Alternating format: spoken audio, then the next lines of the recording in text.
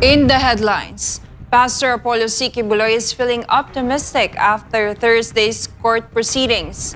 This after former PNP Chief Nicolas Torre took the stand for the first time, facing a rigorous cross-examination by the defense.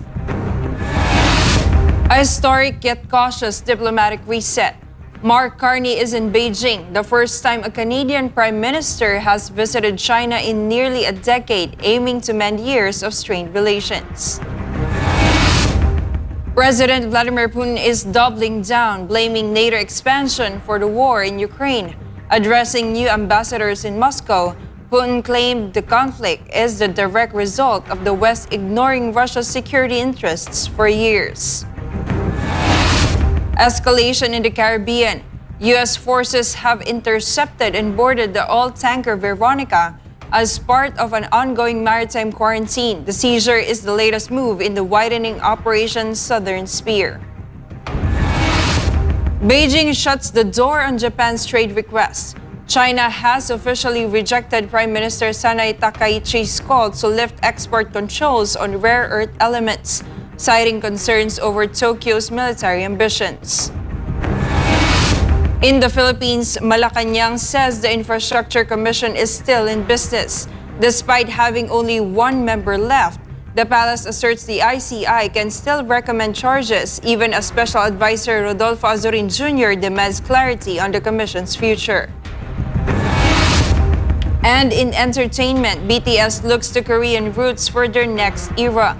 The K-pop icons have revealed their upcoming album title, confirming the project is inspired by one of Korea's most legendary folk songs. I'm Jayne Codnita. Newsline World starts now.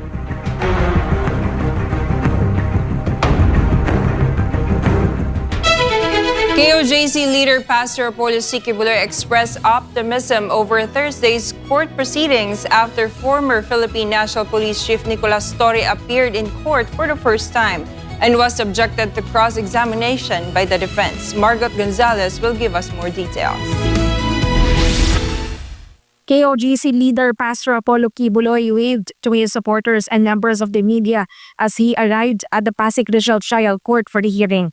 He faced Nicolas Torre, who was presented by the prosecution as one of its witnesses in the case. The prosecution presented Torre to prove that Pastor Apollo was arrested and did not voluntarily surrender to the authorities. Torre was placed under cross-examination. The first day of questioning by lead defense counsel attorney Rito Torion lasted more than 5 hours. After the hearing, Pastor Quiboloy said he was positive about how the cross-examination went. This marked the first time that Quiboloy and Torre faced each other in court. Torre is set to be presented again for the continuation of the defense questioning. Maganda. We hope kasi maganda yung takbo. Attorney Torian said that there were mixed atmosphere during the cross-examination. Okay naman, yun nga lang medyo may portion sa cross-examination na medyo mainit, meron ding relaxing, so ganyan talagang trabaho. Torian added that he still has many points to clarify with Torre but refused to disclose details to the media. Hindi po pwede. That would touch into the merits of the case and this is a sensitive case. I cannot. Baka ma-contempt ako. The pastor has previously denied all accusations against him and said he has the full support of his congregation. He said he voluntarily surrendered to prove in court that the accusations against him have no basis. Meanwhile, Pastor Apollo, who shared advice for his close friend, former President Rodrigo Duterte, whom he said is likewise a victim of false accusations, advice he also gives to members of the KOJC. For God and my beloved Philippines, this has been Margot Gonzalez, SMN News. Malacanang asserted that the Independent Commission for Infrastructure or ICI remains capable of recommending the filing of cases even if only one member remains. The palace also responded to the statement of ICI Special Advisor Rodolfo Azurin Jr. that they intend to write to the Office of the President to seek clarification on the Commission's fate. Creseline Catarong reports.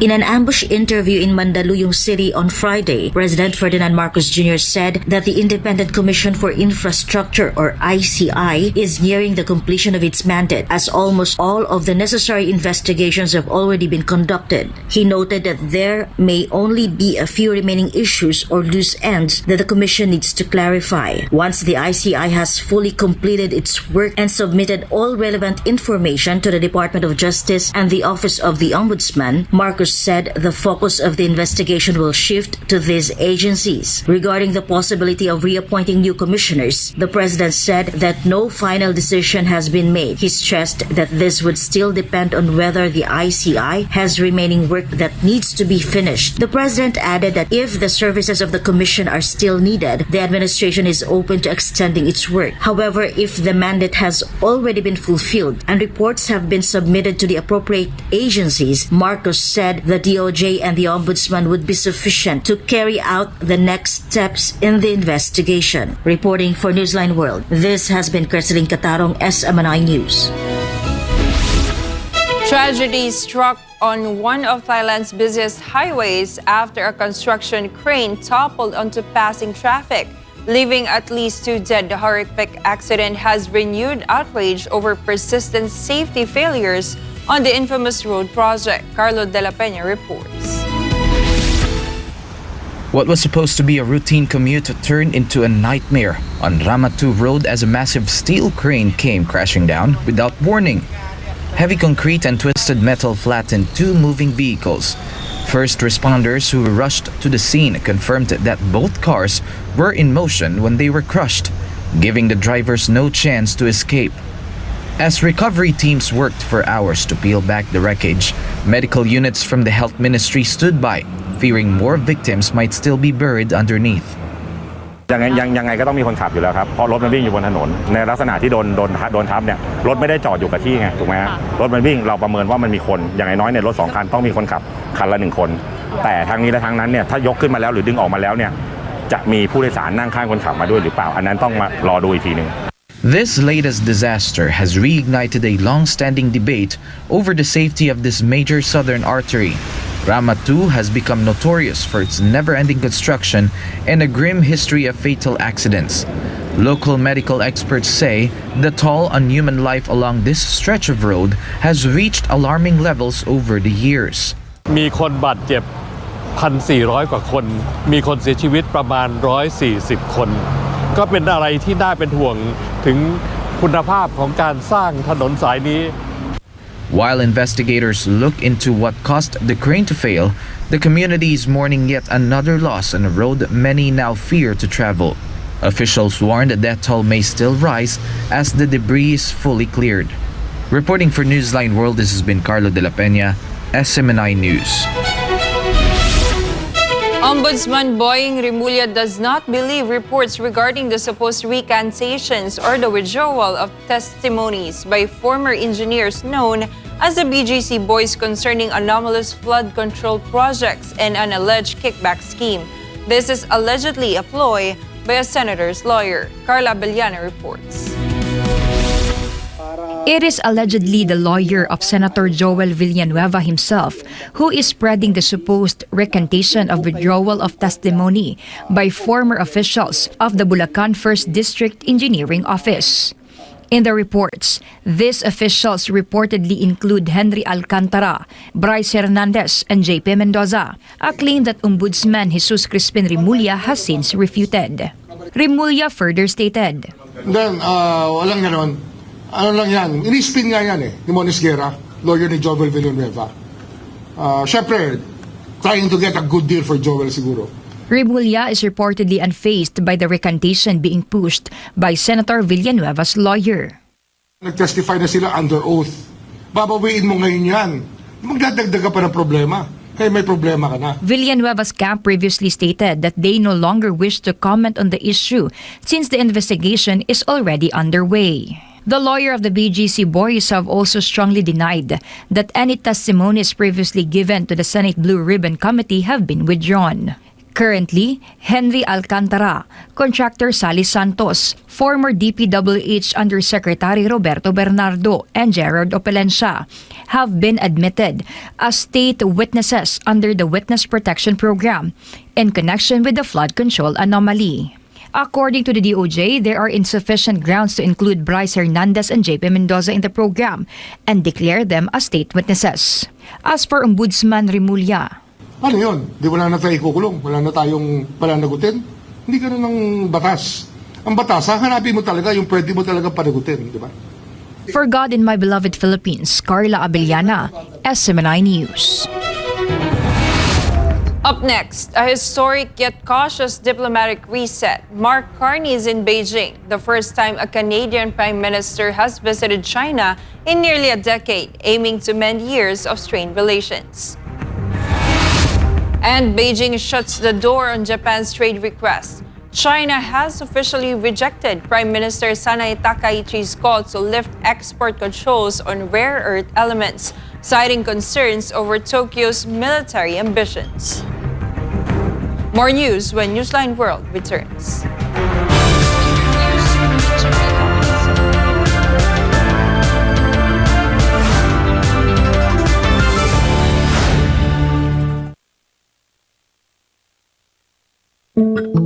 Madalas ka bang napapasobra sa pag-scroll sa phone mo kahit puro masasamang balita ang nakikita mo?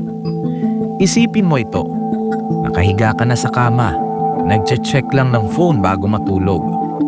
Tapos, hindi mo na malayan, ilang oras ka na palang nagbabasa at nanonood ng mga balita tungkol sa digmaan, sakuna, politika at lahat ng masasamang nangyayari sa mundo. Nakakaramdam ka na ng kaba at pagod. Pero tuloy mo pa rin ang scroll mo. Ang tawag dyan ay doom scrolling. Ito ang habit ng paulit-ulit na pagtingin sa mga negatibo o nakaka-depress na content tulad ng digmaan, krimen o problema sa mundo. Nakaka-stress pero hindi mo pa rin mapigilan. Ayon sa isang pag-aaral ng Texas Tech University, ang sobrang konsumo ng masasamang balita ay nauugnay sa pagtaas ng stress, anxiety at pisikal na sintomas gaya ng pagkapagod at sakit ng ulo. Ayon naman sa Harvard Health, ang doom scrolling ay nagpapataas ng fight or flight hormones tulad ng cortisol at adrenaline na nakakapagpabigat ng isip at katawan. Nakakaapekto ito sa iyong mood, tulog at maging sa mental at physical health mo. At kapag naman puro memes at random na content ang pinapanood mo ng sunod-sunod hanggang sa mawalan ka na ng gana na mag-isip at gumawa ng iba pang gawain, ang tawag naman dyan ay brain rot. Sa Gen Z at tinatawag na internet culture, ang brain rot ay overconsumption o sobrang tagal na panonood ng paulit-ulit, mababaw, magulo o walang saysay na content online hanggang sa parang manhid na ang utak mo. Kapag nasobrahan, syempre, nakakasama. Nawawalan ka na ng focus, nawawala ang motivation, hirap mag-isip ng malalim, parang lutang o foggy ang utak. Masaya sa simula, pero kapag sobra, napapagod ang isip mo. Nahihirapang mag-concentrate at parang lutang. Mas delikado pa ito sa mga bata dahil ang utak nila ay nasa proseso pa ng pag-develop. Kaya mas malakas ang epekto ng doom scrolling at brain rot sa kanila. Maaaring makaapekto sa pag-aaral, pag-iisip at pakikitungo sa iba. Ang higit sa 4 na oras ng screen time araw-araw sa mga kabataan ay konektado sa 35 to 88% na mas mataas na posibilidad ng depresyon, anxiety at stress. Base ito sa isang malawakang pag-aaral sa Brazil. Kaya, maging balanse. Magpahinga sa screen, magbasa, makipagkwentuhan, magdasal, maging present lagi. Alagaan ang iyong isipan. Kung anong itinatanim sa isipan mo, yun ang lalago.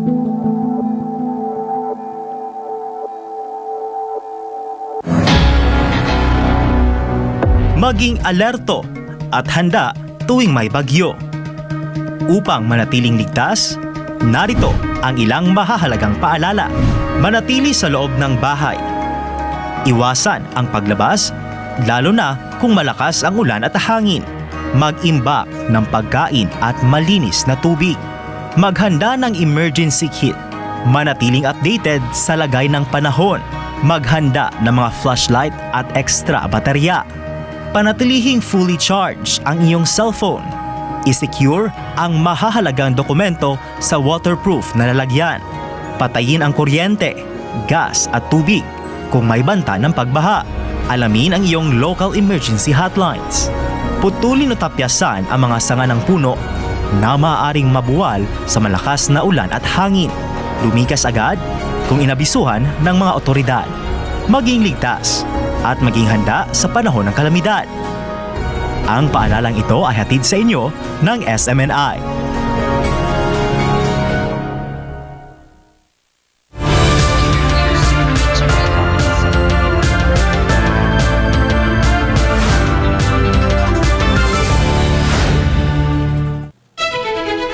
Carney is in China, marking this the first time a Canadian Prime Minister traveled to Beijing in nearly a decade in a cautious attempt to reset relations after years of diplomatic strain. Joy Tabanao for the details. Canadian Prime Minister Mark Carney is visiting China for the first time in 8 years.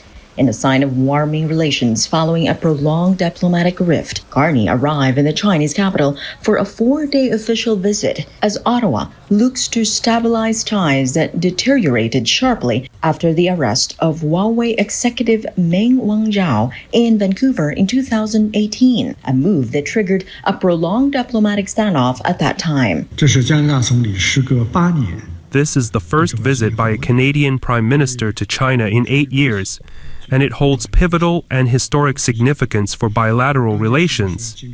The world today is undergoing unprecedented and complex changes, and China-Canada relations have implications that transcend the two countries.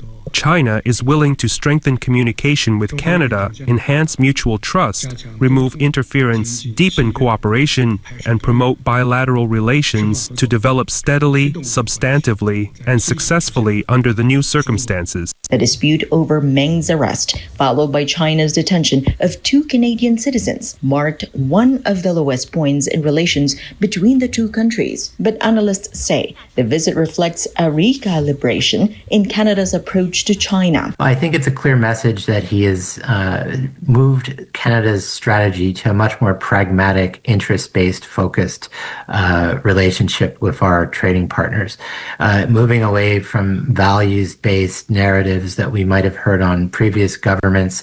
Canada has spoken about moving from what the Prime Minister's office is calling from reliance to resilience, and that means diversifying our economies and our trade everywhere in the world. And so China being our second largest trading partner, it makes perfect sense for our PM to head to Beijing. Hanlon also pointed to significant economic potential, including cooperation in liquefied natural gas exports, oil pipeline access to Asian markets, and critical minerals, where Canada is a major producer and China a key buyer. During talks in Beijing, Chinese Premier Li Qiang said relations had taken a turn for the better, pointing to opportunities for cooperation in clean energy, digital technology, agriculture, and aerospace. Chinese Premier Li Qiang said bilateral relations had recently improved and confirmed that President Xi Jinping is expected to meet Carney.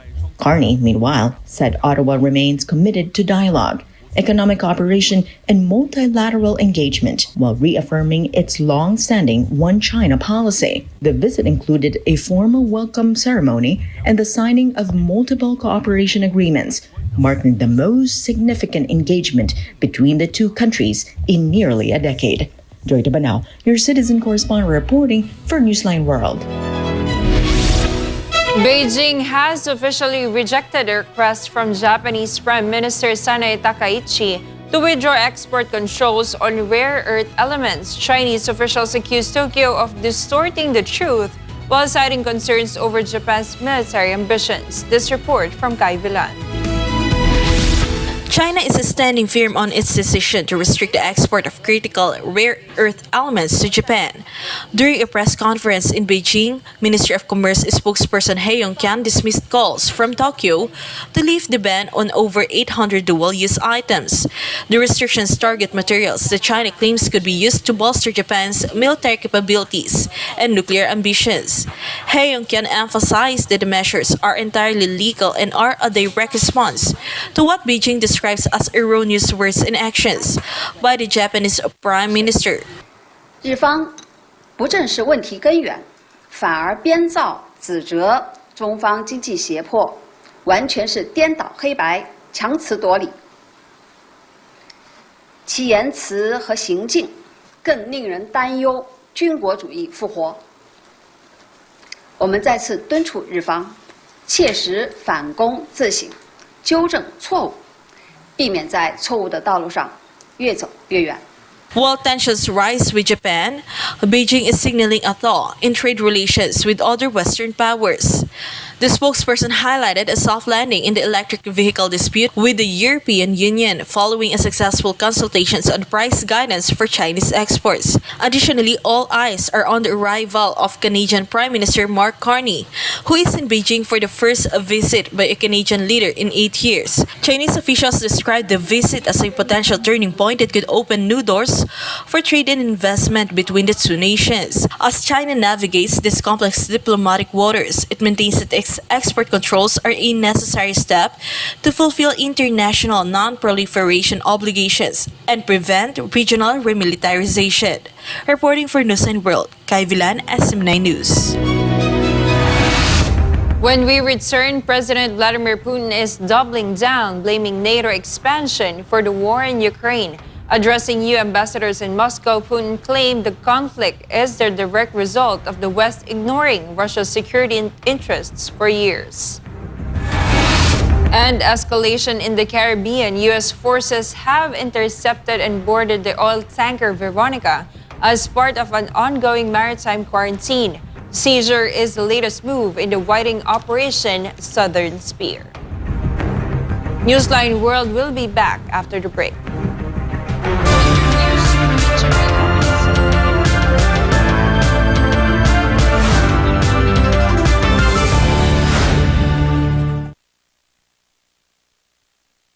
Ang buot sa Diyos, kitang mga katawhan, tunay espiritong mupadayon o muantos.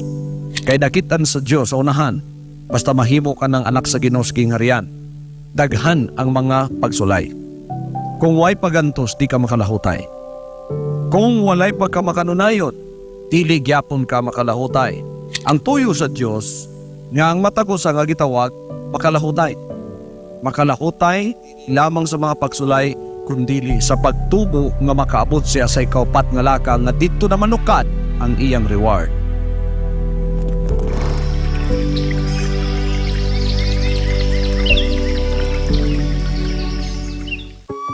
Maging ligtas, maging handa.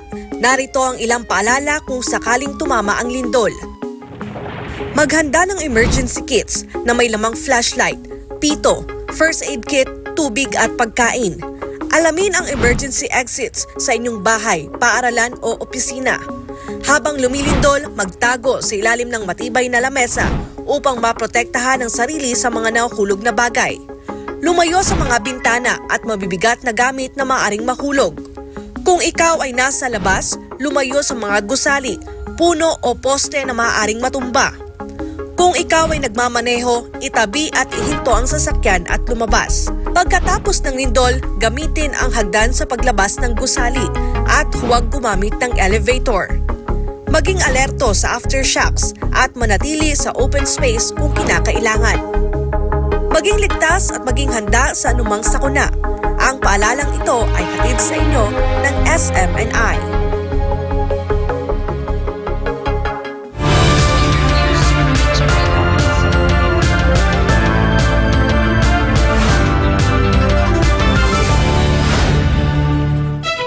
President Vladimir Putin has blamed the NATO expansion for the ongoing conflict between Russia and Ukraine, telling newly arrived ambassadors in Moscow that the conflict is the result of what he called years of ignored Russian security interests. This report.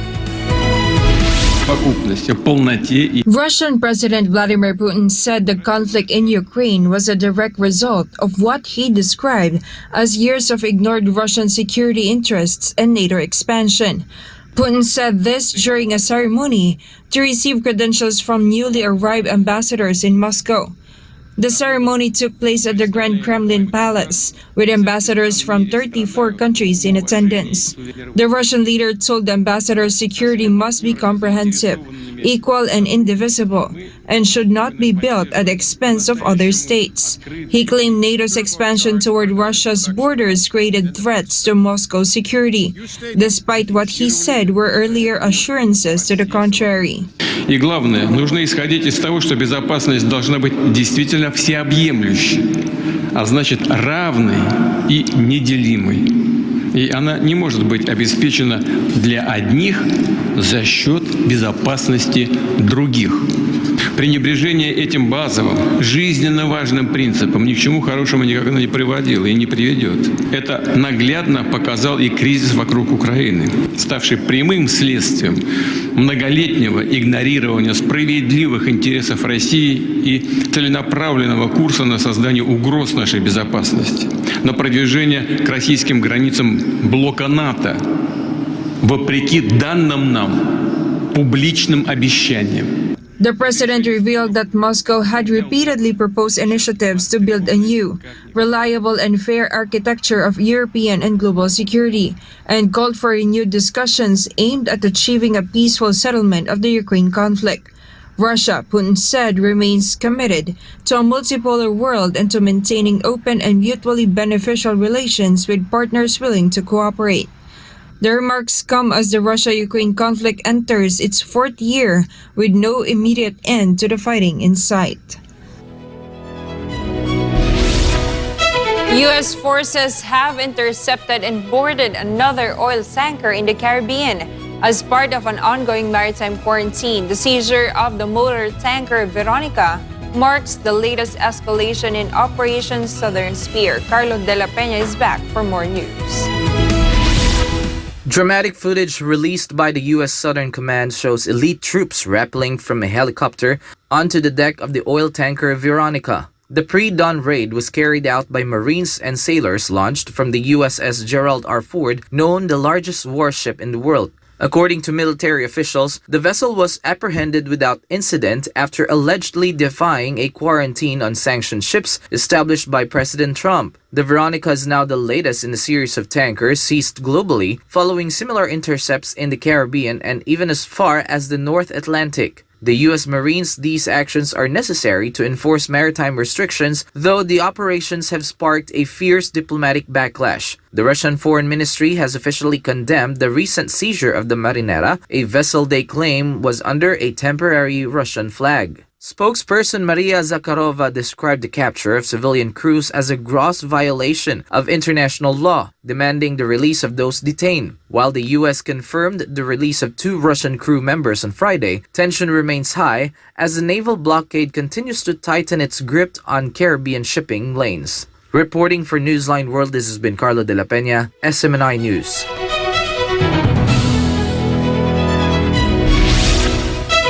The coffins of 32 Cuban military officers killed in Venezuela arrived at Havana's Jose Marti International Airport on Thursday. The fallen servicemen were reportedly killed during the recent U.S. military operation that led to the capture of Nicolas Maduro. More on this from Almar Forzuelo. As dawn broke over Havana, a military transport plane carrying the remains of 32 Cuban officers touched down on the runway. The arrival was met with somber atmosphere as an honor guard escorted the flag-draped coffins through a procession of mourning. Top Cuban leaders including Raul Castro and President Miguel Diaz-Canel stood in silence as a military band played the national anthem to honor those killed in the line of duty. The officers were stationed in Venezuela and lost their lives during the high-stakes operation by U.S. forces to apprehend Nicolas Maduro and his wife Celia Flores. Nos reunimos para recibir en nuestro suelo a hermanos que cayeron lejos de su casa, pero no de su deber. Al acoger sus restos mortales, renovamos ante ellos el juramento de lealtad a la patria, a la unidad de los pueblos de América Latina. During the ceremony, government officials and senior military brass paid tribute to the soldiers, describing their actions as the ultimate sacrifice for internationalist ideals. Minister Lazaro Alberto Alvarez Casas delivered a defiant eulogy, emphasizing that the fighters stood their ground until their final moments. Que no claudicaron, no dudaron, pelearon hasta la última bala y ofrendaron sus valiosas vidas en cumplimiento de la misión encomendada. Following the airport honors, the remains were moved to the Ministry of the Revolutionary Armed Forces near Plaza of the Revolution. The site will remain open to the public throughout the day, allowing citizens to pay their final respects to the fallen servicemen before they are laid to rest. Reporting for Newsline World, Almar Forsualo, SMNI News. A one-time big-time operation was conducted by the Land Transportation Office or LTO against fixers in Metro Manila. According to the agency, this is not only a fight against corruption, but also an effort to protect the safety of motorists. Kai Villan tells us more. On January 15, the LTO conducted a major operation against fixers in the National Capital Region, marking the start of an intensified campaign to end corruption within the agency. According to LTO Chief ASEC Marcos Lacanilao, through entrapment operations conducted alongside the PNP and other law enforcement units, 39 fixers were apprehended at the central office while 24 others were caught in various branch offices. Nagkaroon kami ng one-time, big-time na operation against fixers dito sa NCR. Start pa lang yan. All in all, nakahuli kami ng 39 na mga fixers. Oo. Dito sa central office, 24. Tapos hati-hati na sa mga iba't ibang mga opisina. Lacanilao emphasized that many of the fixers are part of organized groups with connections in various areas. Because of this, operations will be expanded and monitoring will be intensified across all regional offices nationwide. Kinuha namin yung identity nila sa totoo lang para malaman natin kung sino-sino yung talagang mga fixer na yan kasi organized group din sila eh. Kasi mga iba't ibang area, napansin ko, parang may mga connect na sila, parang meron silang parang pinaka-boss nila. Kaya dire-diretso yan, hahanapin ko talaga yung mga yan. Alongside the apprehension of fixers, the LTO is also conducting an internal cleansing, which includes the reassignment of 2 officials from Region 7 and Region 4D due to alleged corruption.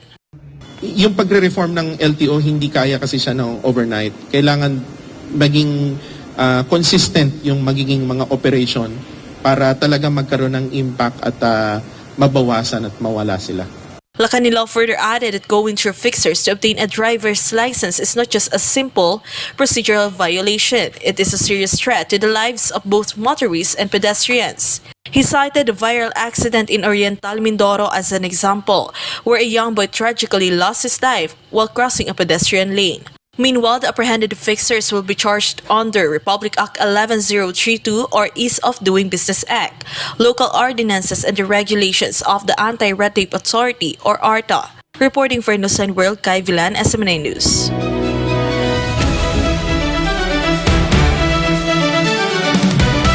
For the latest August sports update, a strong defensive turnaround powered the Orlando Magic to a comeback victory over the Memphis Grizzlies in the NBA's first regular season matchup, staged in Berlin. Meanwhile, the United Kingdom will host the opening stages of both the men's and women's Tour de France in 2027, with Edinburgh and Leeds confirmed as the starting cities. Carlo de la Peña will give us the details. What began as a difficult night for Orlando quickly transformed into a showcase of defensive intensity and timely scoring, highlighted by a late surge from hometown favorite Franz Wagner. After falling behind by 20 points in the opening half, Orlando shifted the momentum by locking in defensively, holding Memphis to just 12 points in the third quarter. That stretch allowed the Magic to seize control and set the tone for the closing minutes. Franz Wagner made his presence felt late, scoring most of his 18 points in the fourth quarter in front of a home crowd. The game marked Wagner's return to action after missing 16 games with an ankle injury and served as a special moment as he played in the city where he was raised. Paolo Banchero anchored Orlando's offense with 26 points and 13 rebounds, while Anthony Black finished with 21 points, 6 rebounds and 7 assists. The Magic rebounded from a shaky first quarter by limiting the Grizzlies to 40 points across the second and third periods combined. Jaren Jackson Jr. carried the scoring load for Memphis with 30 points, but the Grizzlies cooled off significantly after halftime, converting just a third of their field goal attempts. Memphis also continued to play without Ja Morant due to a calf injury, with the two teams set to meet again Sunday in London. The United Kingdom will host the opening stages of both the men's and women's Tour de France next year. Officials say the landmark event will bring elite cycling closer to communities across Britain while delivering major economic and social benefits. Government estimates show the Grand Depart will pass within an hour's drive of 60% of the UK population, offering free public viewing along more than 900 kilometers of roads. It will be the first time the men's and women's tours begin in the same country outside France and the first overseas start for the Tour de France Femme. The men's tour will begin in Edinburgh on July 2, with the opening stage ending in Carlisle, followed by routes from Keswick to Liverpool and Welshpool to Cardiff. The women's race will start in Leeds on July 30, move on to Manchester, pass through the Peak District to Sheffield, and finish in London on August 1. The Department for Culture, Media and Sport projects the event will generate up to £150 million for the UK economy. Sports Minister Stephanie Peacock has committed £32 million in funding to support delivery and long-term legacy projects. Culture Secretary Lisa Nandy said the races will showcase the best of Britain and strengthen national pride, while British Cycling Chief Executive John Dutton said the 6 stages could help reignite interest in the sport and support communities nationwide. Britain last hosted stages of the Men's Tour de France in 2014, drawing millions of spectators. In 2027, the race will again highlight iconic locations across Scotland, England, and Wales, underlining the UK's growing role on the global cycling stage. Reporting for Newsline World, this has been Carlo de la Peña bringing you the latest sports news.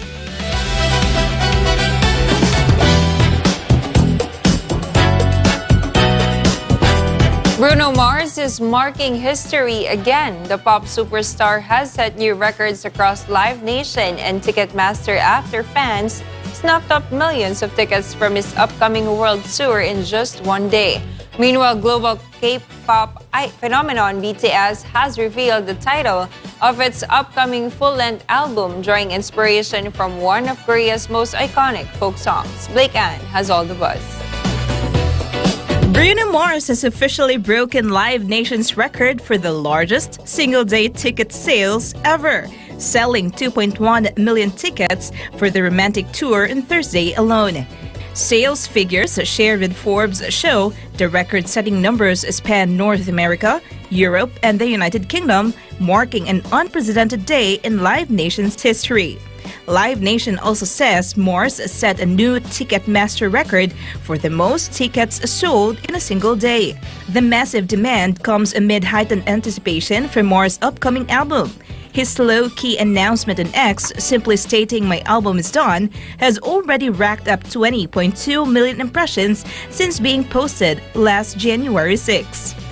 With tickets selling out quickly, the singer has added 32 additional tour dates. The romantic tour launches in April and will feature 70 stadium shows across North America, Europe, and the United Kingdom, with special guest performances from DJ Pee-wee, Victoria Monet, Ray, and Leon Thomas.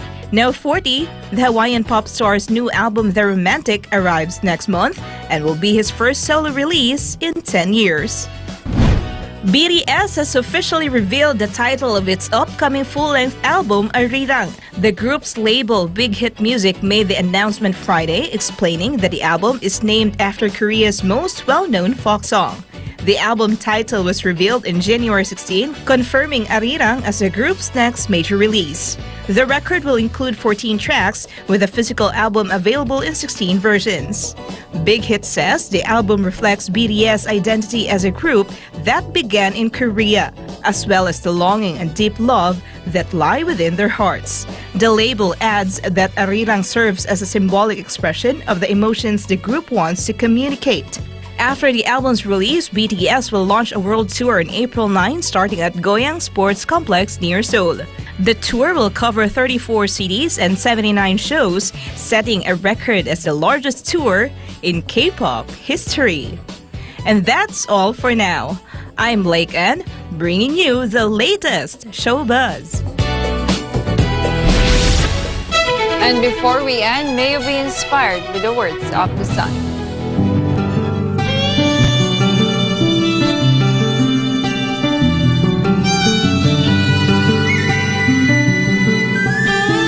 Do not let your mind rule you. You have to rule your mind.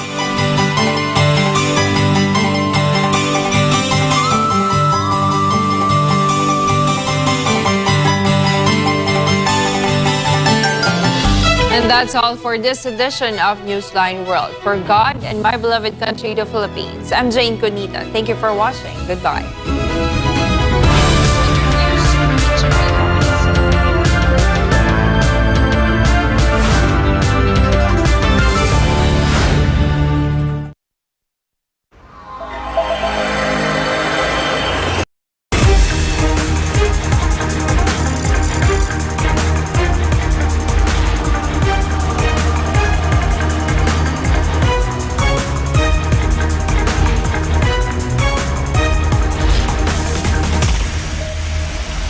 This is SMNI News Channel. Truth that matters.